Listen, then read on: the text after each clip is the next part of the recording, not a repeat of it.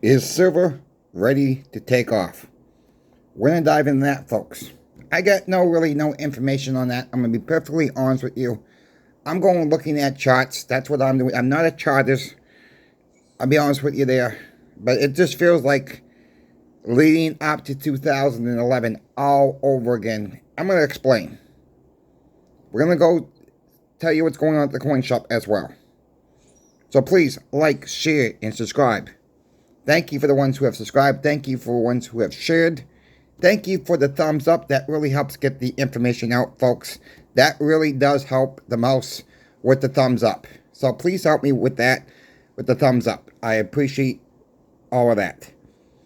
Silver, is it ready to take off? Look, when you start looking back of what led up to 2011 with silver gain up to $50 an ounce. We were right around the same price range, 32, 33 in the futures market, maybe even the spot price, I think it was. Because I was getting the newspaper, so they report spot price. We have to keep in mind how long that really stayed neutral for. We didn't have the high deficit like we have now. We all know that the American debt is $36 trillion and growing every single day, folks. We didn't have the uncertainty like we do now, with wars, tariffs, so on. We just don't know. I'm still stacking. I'm still stacking silver. I'm still stacking 90% silver, for the most part. 40% silver. 35% or nickels. That is what I'm focused on for myself. Yes, you see a big pile of dimes. It did not come overnight. Okay? It did not come overnight. I'm going to get into that in a little bit more in a moment. What's going to happen when silver really starts taking off? It's going to be panic in the streets. It's not advice. My personal opinion, cost average you stack. Yeah, we just came off of a $35 52-week high. We're a little bit below that. I think we're in a good spot with silver right now. Gold's kind of holding its own too, if we've not noticed. Gold's not moved much in the last couple days. We got a Fed decision coming up on May 7th. We're 3 weeks out. What's Jerome Powell going to do? Well, there's 56% chance that we're going to see a rate cut in May. I don't think we're going to see one in May still. The rate goes up to all the way up to 80% in June. I think we will see a rate cut in June. Look, people want to blame Jerome Powell for whatever he does in the Fed does. Look, they're trapped. That's the bottom line. You cut rates, you're going to get in more inflation. You keep rates the same, you're going to see more job loss. You raise rates, you're going to even see more job loss. So the guy's in a trap. People want to blame Joe Biden for putting him in there. Well, first, Trump put him in there first. Let's just make it that crystal clear. There's nobody going to be out there that's going to be able to replace Jerome Powell and do any better job. I just don't see it happening, folks. The Fed is trapped. The governors are trapped. You know, the ones to really to blame, without getting too deep into politics, as you guys know I don't like doing this, but it's not so much the president, whoever the president is, it's the people we put in Congress, in the Senate. Basically, if you want something changed, these are the people we need to change. These are the people we need to change. I'll end it there with the politics, because I don't want to ruffle any feathers out there, really. I don't. That's not what I'm trying to do. But, you know, the Fed's trapped. We will see what Jerome Powell does May 7th. Like I said, there's a 56% chance of them cutting rates, and 0.25% is not going to do nothing. If they're going to cut rates, they better go at least 50 basis points. That is what we need to see. There's also expectations the Fed's going to cut rates 4 times this year. It's Jerome Powell who's saying, I'm throwing in the towel. He knows he's going to get out of next year, of May of 2026 of next year. And his term limits are done. We will see. We will see if he throws in the towel and just says, let inflation go at it. And then on the backside of it, folks, you know, they don't do anything. They raise rates, which I don't see them raising rates. If they hold rates in May, cut rates in June, I think that'd be me personally, I think that's a better move right now. But I'm not in their position to cut rates or raise rates or do anything, hold rates, whatever. That's just my belief. I think they should do it, hold at least one more time here. And we will see what happens. They cut rates, it's going to be good for silver and gold. So do we have another 3 weeks they're going to cut rates? And we're going to see silver and gold start taking to the moonshot? It could. Expectations, gold's supposed to be $4,500 by the end of the year. They really not said too much about silver as well with that by the end of the year. You know, silver could be $40, $45 by the end of the year. That's very possible. It could even hit $50. It could even outpace that. We could break the all-time high for silver this year too. Everything's on the table. Again, I'm not trying to scare anybody. Financial advice, nothing like that. Today's tax day. Shop's a little slow today. Was able to get some counts done at the shop to see what we have for exactly some of the inventory, some of the gold we had in stock, some of the silver we had in stock. We were able to get for the shop some Asahi rounds. We ordered 2 cases of that. Those are coming in for Friday, so we'll get some different inventory in on Friday with that. Folks, cost average your stacks. I cannot say that in a better way. Meaning, if you buy some, get some now. Get some later.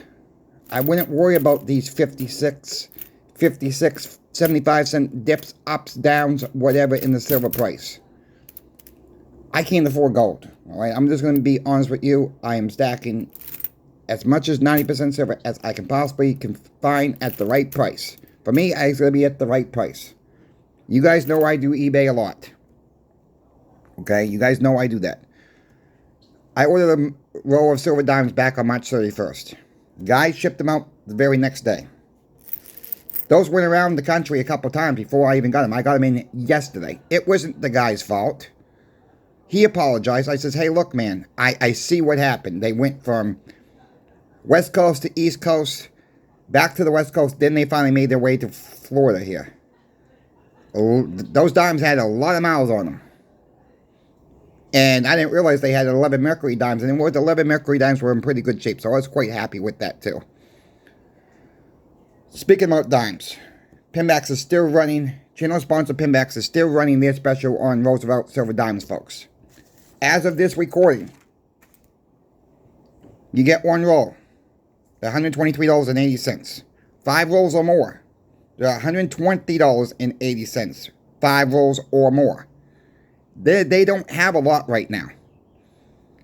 If you're able to, pick them up. That's a great price, $120.80. When you gain 5 rolls or more, that's an outstanding price, folks. Let them know that Coin Shop Chris sent you. Thank you, Pinbacks, for sponsoring Coin Shop Chris as well. Look, you guys see Apollo dimes here. These did not come overnight. So I'm not trying to just,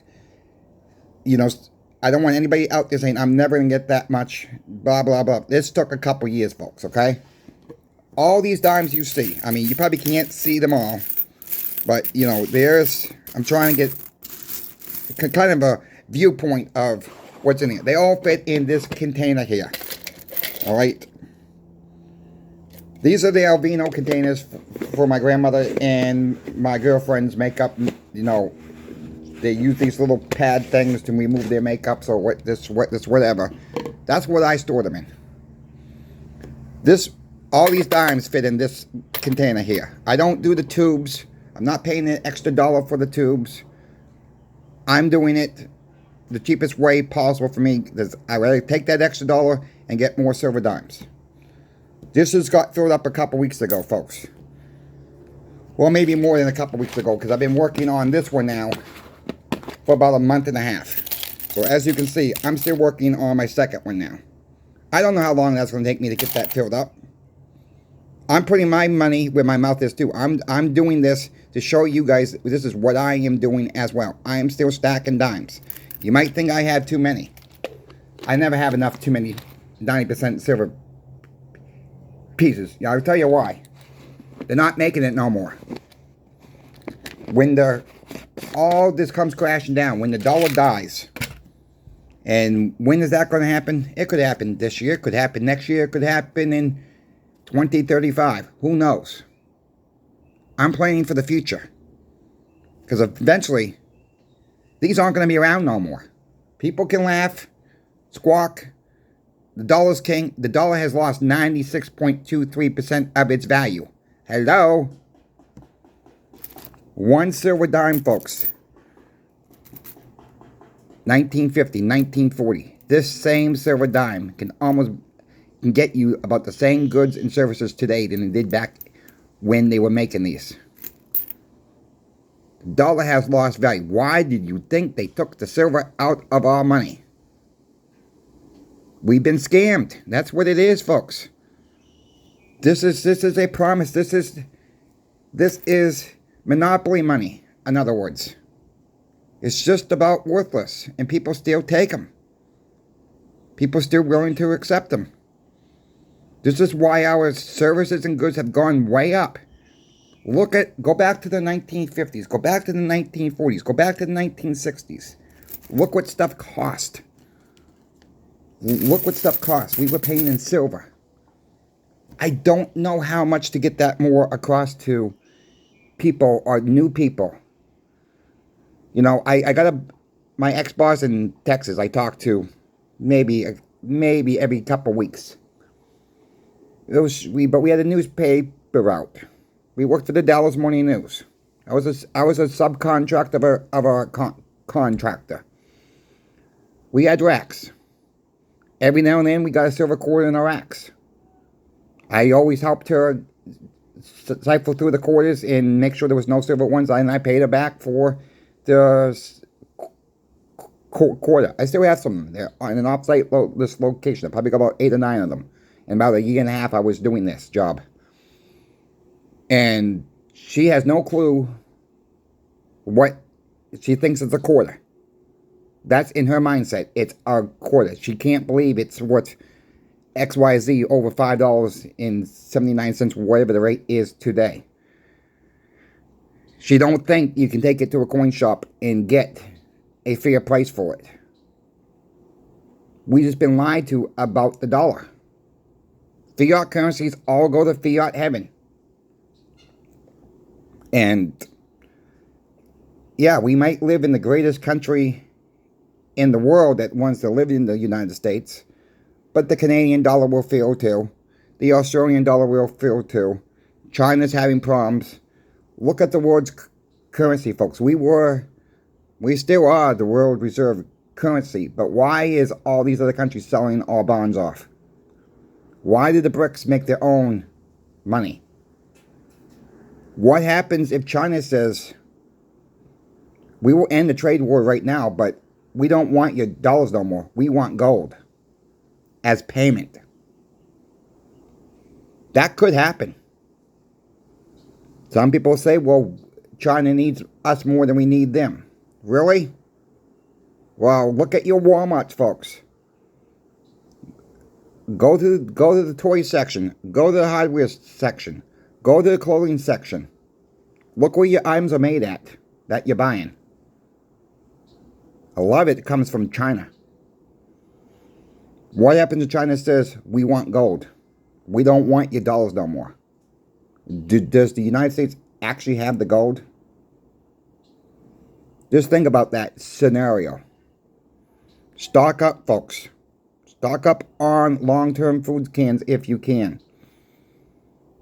Don't have to be long-term food cans. I know they're expensive. Get a few extra canned goods in the house. It don't have to be all at once as well.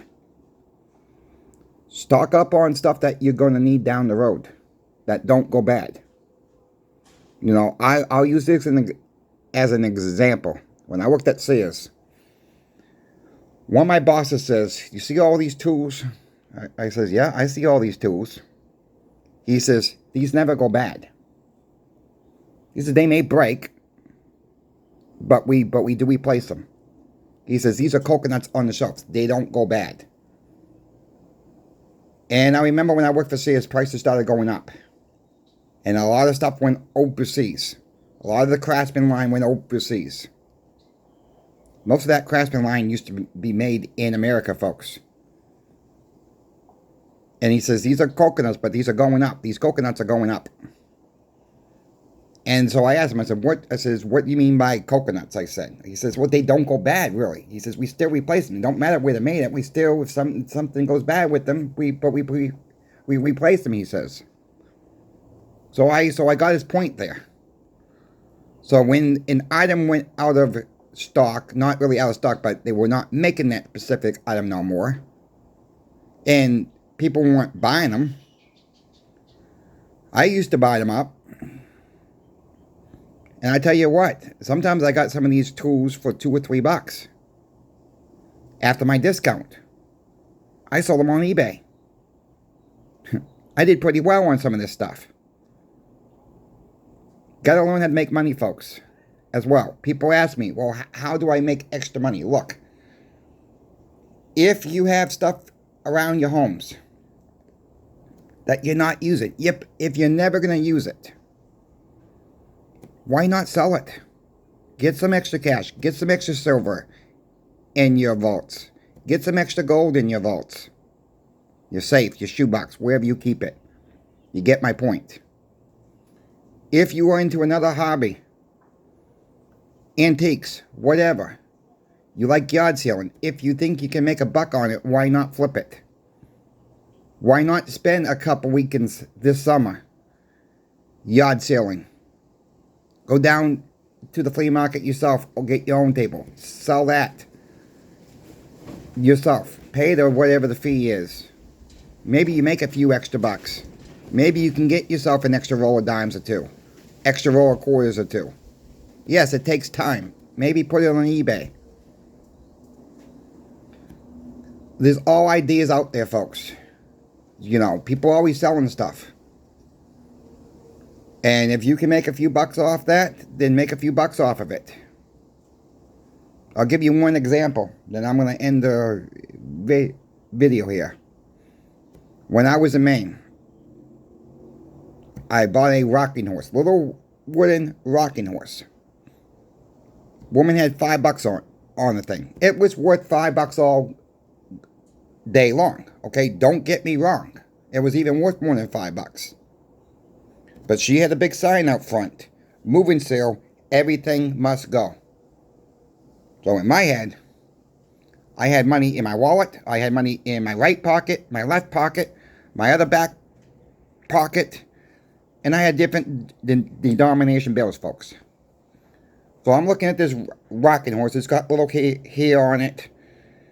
You know, threaded hair on it. It was a nice shape. And it was for like a toddler. So I offered the woman $3 for it. And I said, "Well, that's all I really have." I said, "I got $3. If you want the $3, I'll give you $3 right now." She said, "Okay, I'll take the $3. I need to get rid of everything anyways." I was happy. I mean, yeah, could I give her the $5? Absolutely. But again, when you're yard selling, wheeling, dealing, you try to get the best price possible, right? So I took it down to my flea market booth that same day. I didn't have that gosh darn thing out there more than maybe 25 minutes. Some young girl, probably 2 years old, 1.5, just started walking. She hops on it. I had $25 on the gosh darn thing. Now remember, I paid $3 for it. The mother says, "Well, can you do any better on it?" I said, "What's your offer?" And she says, "You want 25?" She says, "How about if I give you 17 for it?" I said, I'll even do better than that. I says, I could tell this woman didn't have a lot of money. The kid really liked it. Okay, the little girl really liked it. So I'll take 15. The mother was happy than pie. I was happy as pie too. I got up for $2. I got 15. I made $13. Just like that, folks. That's how you flip items. Just giving you an example. If you folks have any questions for me about silver, gold, or platinum, please reach out to me. I'm always willing to help anybody out there, free of charge. We're going to keep you updated what's going on at the shop as well. We're going to keep you updated what's going on in the market. So if you're not liked the video yet, please like the video. If you're not shared the video, share it out. If you're not yet subscribed, subscribe. Why not? It's absolutely free. Thank you for watching. We will catch you later this afternoon.